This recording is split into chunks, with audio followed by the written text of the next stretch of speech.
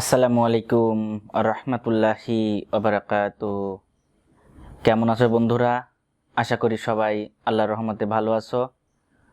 তো আজকে আমি তোমাদের সেন্টেন্স, এটা অত্যন্ত জানা জরুরি এই কারণ আমরা কথা বলার সময় বা কিছু লেখার সময় এই সেন্টেন্সটা অবশ্যই ভালো করে জানতে হবে, এবং আমাদের পরীক্ষায় গ্রামার সাইডটা পরিপূর্ণভাবে ফুল মার্কস পেতে হলে অবশ্যই আমাদের এই সেন্টেন্স সম্পর্কে ধারণা রাখতে হবে। বিশেষ করে ন্যারেশনের ক্ষেত্রে আমরা যদি সেন্টেন্স না চিনতে পারি তাহলে ন্যারেশন করতে পারবো না। সুতরাং আজকের পর্বে তোমাদের আমি সেন্টেন্স কাকে বলে, কত প্রকার, কি কি এবং স্ট্রাকচারগুলা, অর্থাৎ আমরা একটা সেন্টেন্স দেখলে বুঝবো কিভাবে যে এই সেন্টেন্সটা আমাদের অ্যাসার্টিভ নাকি ইন্টারোগেটিভ, না ইম্পারেটিভ নাকি অপারেটিভ, এক্সক্লেমেটিভ সেন্টেন্স। চলো আমরা দেখি কিভাবে এই সেন্টেন্সটা চেনা যায়।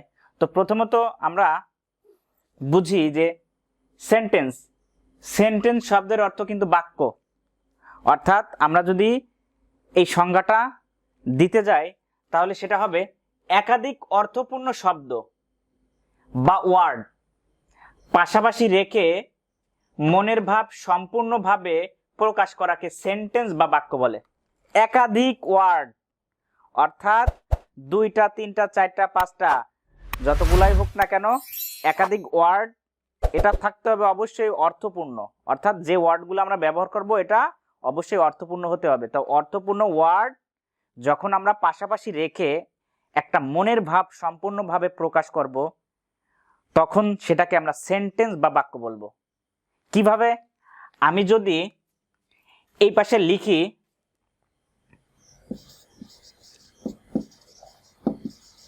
ইট রাইস আই, তাহলে ইট মানে খাওয়া, রাইস মানে ভাত, আই মানে আমি, অর্থাৎ এই কতগুলা আমরা অর্থপূর্ণ শব্দ পাশাপাশি রাখছি, অর্থাৎ এটা কিন্তু মনের ভাব সম্পূর্ণভাবে প্রকাশ করা গেল না। অর্থাৎ আমরা এই মনের ভাব সম্পূর্ণভাবে যদি প্রকাশ করতে পারি তাহলে সেটা হবে আমাদের সেন্টেন্স। আই ই এট ইট, আর আই সি ই, অর্থাৎ আই ইট রাইস, আমি ভাত খাই, তাহলে এটাকে আমরা সেন্টেন্স বলতে পারছি না, কারণ এটা মনের ভাব সম্পূর্ণভাবে প্রকাশ হয়নি। যেহেতু নিচেরটা আমরা সেন্টেন্স এজন্য বলতেছি কারণ প্রত্যেকটা ওয়ার্ড পাশাপাশি বসে মনের ভাব সম্পূর্ণভাবে প্রকাশ পেয়েছে, অর্থাৎ আই ইট রাইস, আমি ভাত খাই, এটাই আমাদের সেন্টেন্স। তো আজকে আমরা যে বিষয়টা লক্ষ্য রাখবো সেটা হচ্ছে এই সেন্টেন্সটা মোট 5 প্রকার। তো 5 প্রকার, প্রথমত অ্যাসার্টিভ সেন্টেন্স। অ্যাসার্টিভ সেন্টেন্স মানে বিবৃতি বা বর্ণনামূলক বাক্য। 2 নাম্বারটা হচ্ছে ইন্টারোগেটিভ সেন্টেন্স। ইন্টারোগেটিভ সেন্টেন্স মানে প্রশ্নবোধক বাক্য। 3 নাম্বারটা হচ্ছে ইম্পারেটিভ সেন্টেন্স। ইম্পারেটিভ সেন্টেন্স হচ্ছে আদেশ, উপদেশ, অনুরোধ বা নিষেধ মূলক বাক্য। 4 নাম্বারটা অপারেটিভ সেন্টেন্স, এটা হচ্ছে ইচ্ছাসূচক। ইচ্ছাসূচক বা আমরা এখানে প্রার্থনামূলক বাক্য আমরা বলতে পারি। 5 নাম্বারটা এক্সক্লেমেটরি সেন্টেন্স, অর্থাৎ আবেগ বা বিস্ময়সূচক বাক্য। অর্থাৎ আজকের পর্বে আমি তোমাদের এই 5টা সেন্টেন্সটা চেনার উপায় অর্থাৎ স্ট্রাকচারটা তোমাদের আমি শিখাবো। তো চলো আমরা দেখি কিভাবে আমরা এই 5টা সেন্টেন্সের স্ট্রাকচার দিয়ে সেন্টেন্সটা দেখলে আমরা এটা খুব সুন্দরভাবে আইডেন্টিফাই করতে পারবো যে এটা কোন ধরনের সেন্টেন্স। প্রথমত আমাদের যে বিষয়টা লক্ষ্য রাখতে হবে, আমরা প্রথমে শিখব অ্যাসার্টিভ সেন্টেন্স। এই অ্যাসার্টিভ সেন্টেন্স মানে কি? আমরা জানি অ্যাসার্টিভ সেন্টেন্স মানে বিবৃতি বা বর্ণনামূলক বাক্য। অর্থাৎ আমাদের এই স্ট্রাকচারটা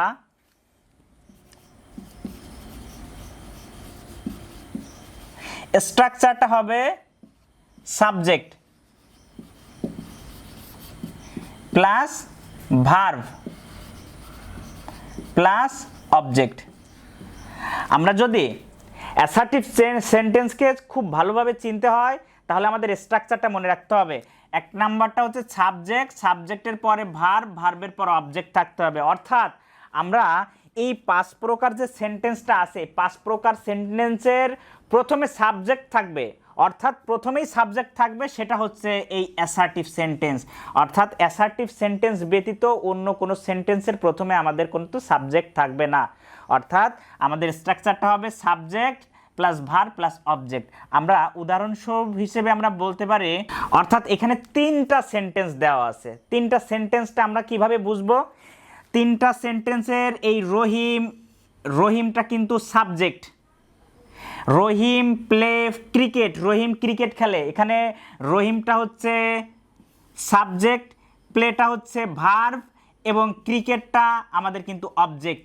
অর্থাৎ রহিম প্লে ক্রিকেট, এক্ষেত্রে আমরা রহিমটা সাবজেক্ট, প্লেটা ভার্ব এবং ক্রিকেটটা হচ্ছে অবজেক্ট। দ্বিতীয় সেন্টেন্সটা আমরা দেখব হিটা কিন্তু একটা সাবজেক্ট, গোটা ভার্ব, টু স্কুলটা হচ্ছে অবজেক্ট, আইটা সাবজেক্ট, ইটটা হচ্ছে ভার্ব এবং রাইসটা হচ্ছে অবজেক্ট।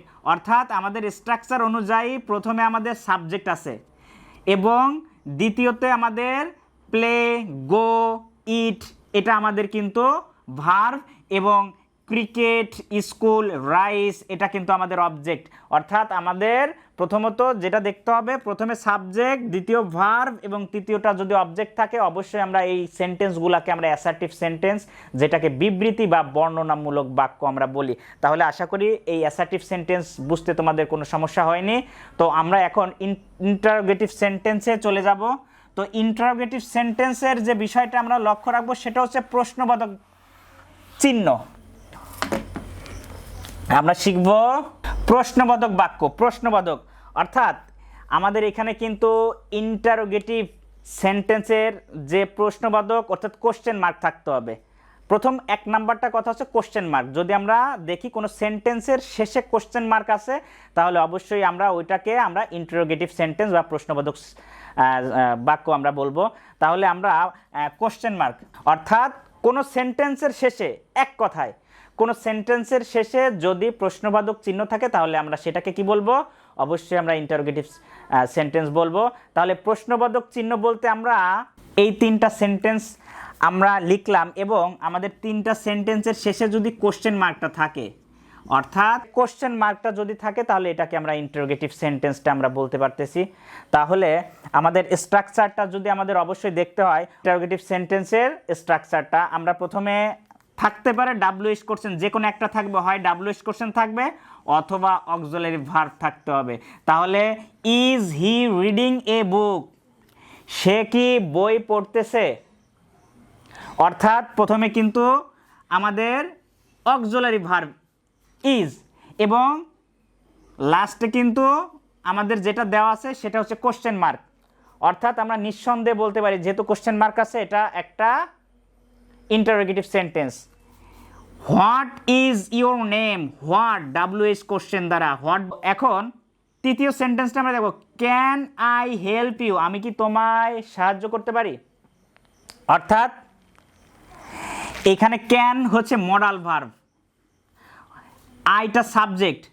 অর্থাৎ স্ট্রাকচার অনুযায়ী প্রথমে আমাদের WH কোশ্চেন এবং অক্সিলারি ভার্ব যে কোনো একটা, এরপরে সাবজেক্ট থাকবে, আইটা কিন্তু সাবজেক্ট, প্রিন্সিপাল ভার্ব এবং অবজেক্ট, এবং সর্বশেষে আমাদের যে বিষয়টা লক্ষ্য রাখতে হবে সেটা হচ্ছে প্রশ্নবোধক চিহ্ন। তাহলে এই প্রশ্নবোধক চিহ্ন যদি আমরা অবশ্যই দেখি, তাহলে অবশ্যই আমরা মনে করব এটা একটা ইন্টারোগেটিভ সেন্টেন্স। আশা করি ইন্টারোগেটিভ সেন্টেন্সে বুঝতে তোমাদের কোনো সমস্যা হয়নি। তো এখন আমরা যেটা দেখব সেটা হচ্ছে 3 নাম্বারটা ইম্পারেটিভ সেন্টেন্স, অর্থাৎ আদেশ, উপদেশ, অনুরোধ, নিষেধমূলক বাক্য, ইম্পারেটিভ সেন্টেন্স। এই সেন্টেন্সটা চেনার একমাত্র উপায়, অর্থাৎ প্রথমে যদি প্রিন্সিপাল ভার্ব অথবা আমাদের যদি লেট দ্বারা বাক্য শুরু হয়, তাহলে নিঃসন্দেহে আমাদের কিন্তু ওটাকে আমরা ইম্পারেটিভ সেন্টেন্স আমরা অবশ্যই বলবো। এবং সর্বশেষে আমাদের যেটা থাকবে সেটা আমাদের ফুল স্টপ থাকবে, ফুল স্টপ থাকবে। যদি প্রথমে আমাদের প্রিন্সিপাল ভার্ব অথবা লেট দিয়ে শুরু হয় এবং বাক্যর শেষে যদি ফুল স্টপ থাকে, অবশ্যই এটাকে আমরা ইম্পারেটিভ সেন্টেন্স বলবো। তাহলে আমরা উদাহরণস্বরূপ হিসেবে আমরা বলতে পারি, তাহলে এই সেন্টেন্স দুইটাকে আমরা কি বলবো? অবশ্যই ইম্পারেটিভ সেন্টেন্স। কেন ইম্পারেটিভ সেন্টেন্স বলবো? আমাদের প্রথমে এটা কি বলছিলাম, প্রিন্সিপাল ভার্ব আছে। আমরা প্রিন্সিপাল ভার্ব বলতে বোঝাই গেট অথবা ডু দ্বারা বাক্য শুরু হলো। Open the door, OPEN, open the door, তাহলে এই ওপেনটাও আমাদের কিন্তু প্রিন্সিপাল ভার্ব। এবং যদি প্রিন্সিপাল ভার্ব বাদেও যদি লেট দ্বারা বাক্য শুরু হয়, লেট দ্বারা যদি বাক্য শুরু হয় এবং শেষে যদি আমাদের ফুল স্টপ থাকে, সেটাকে আমরা ইম্পারেটিভ সেন্টেন্স বলবো। এক্ষেত্রে আমাদের কোনো স্ট্রাকচারটা মনে না রাখলেও চলবে। তো আশা করি ইম্পারেটিভ সেন্টেন্স বুঝতেও তোমাদের কোনো সমস্যা হয়নি। তো আমরা এরপরে দেখব অপটেটিভ সেন্টেন্স। উদাহরণস্বরূপ হিসেবে আমরা বলতে পারি, এই দুটা আমরা সেন্টেন্স লিখলাম, এই দুইটা সেন্টেন্সটা আমাদের প্রথমে কি বলছিলাম, আমাদের শুরুতে যদি শুরুতে আমাদের কিন্তু মে আছে এবং লং লিভ, অর্থাৎ লং লিভ দিয়ে যদি বাক্য শুরু হয় এবং সর্বশেষে যদি আমাদের ফুল স্টপ থাকে, তাহলে এটাকে আমরা কি বলতে পারতেছি, অপটেটিভ সেন্টেন্স বলতে পারতেছি। May Allah help you, long live our parents, অর্থাৎ আমাদের পিতামাতা দীর্ঘজীবী হোক। এক্ষেত্রে মে অবলিক লং লিভ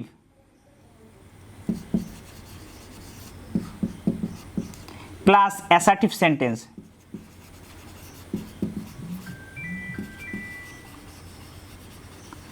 অর্থাৎ প্রথমে আমাদের মে অথবা লং লিভ এই দুইটা শব্দের যে কোনো একটা থাকবে এবং পরে যদি অ্যাসার্টিভ সেন্টেন্সটা থাকে, তাহলে সেক্ষেত্রে আমরা এটাকে বলতে পারবো অপটেটিভ সেন্টেন্স।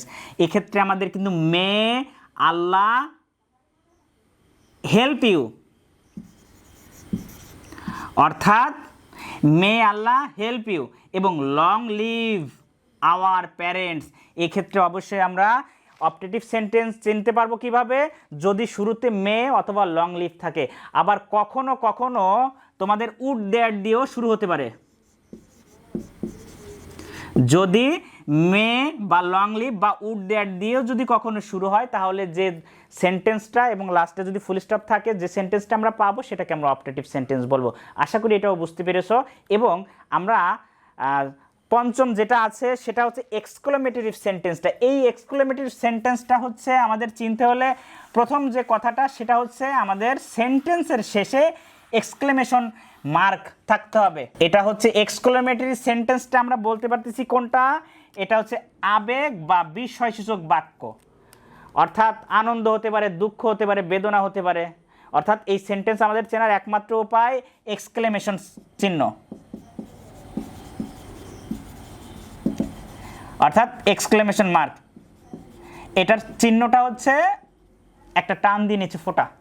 যদি কোনো সেন্টেন্সের শেষে এক্সক্লেমেশন এই মার্কটা থাকে, অবশ্যই এটা আমরা কি মনে করব, অবশ্যই এক্সক্লেমেটরি সেন্টেন্সটা। অর্থাৎ স্বরূপ হিসেবে দেখি, how beautiful the bird is, পাখিটা দেখতে খুব সুন্দর। তাহলে আমরা এটাকে এক্সক্লেমেটরি সেন্টেন্সটা কিভাবে বলবো, কারণ আমরা এক্সক্লেমেশন মার্ক, অর্থাৎ এটা কিন্তু আমাদের একটা সেন্টেন্স শেষে আমাদের এক্সক্লেমেশন মার্কটা কিন্তু আসছে।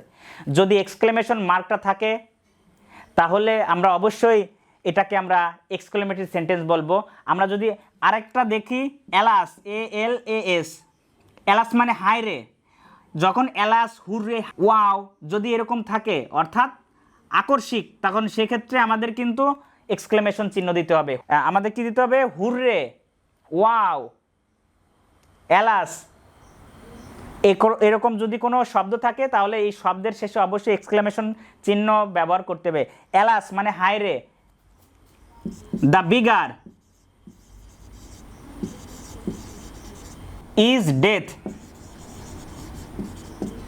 হায়রে ভিক্ষুকটা মারা গেছে। অর্থাৎ আমাদের এখানে এক্সক্লেমেশন চিহ্ন আছে, একটা সেন্টেন্সের মধ্যে এক্সক্লেমেশন চিহ্ন আছে কোথায়, এইখানে। তাহলে অবশ্যই এই দুইটা সেন্টেন্সকে আমরা এক্সক্লেমেটরি সেন্টেন্স বলতে পারতেছি। তাহলে আশা করি আমাদের এই sentence, assertive, interrogative, imperative, optative এবং এক্সক্লেমেটরি সেন্টেন্স চিনতে আমাদের কোনো ধরনের সমস্যা হবে না। এবং এটা যদি তোমরা খুব সুন্দরভাবে জানতে পারো, তাহলে পরবর্তীতে যে আমরা গ্রামার করতে যাব, তাহলে অবশ্যই এটা খুব কাজে দিবে। আশা করি সবাই বুঝতে পেরেছো। যদি সমস্যা থাকে অবশ্যই কমেন্ট বক্সে জানাবে। ধন্যবাদ সবাইকে। আল্লাহ হাফেজ।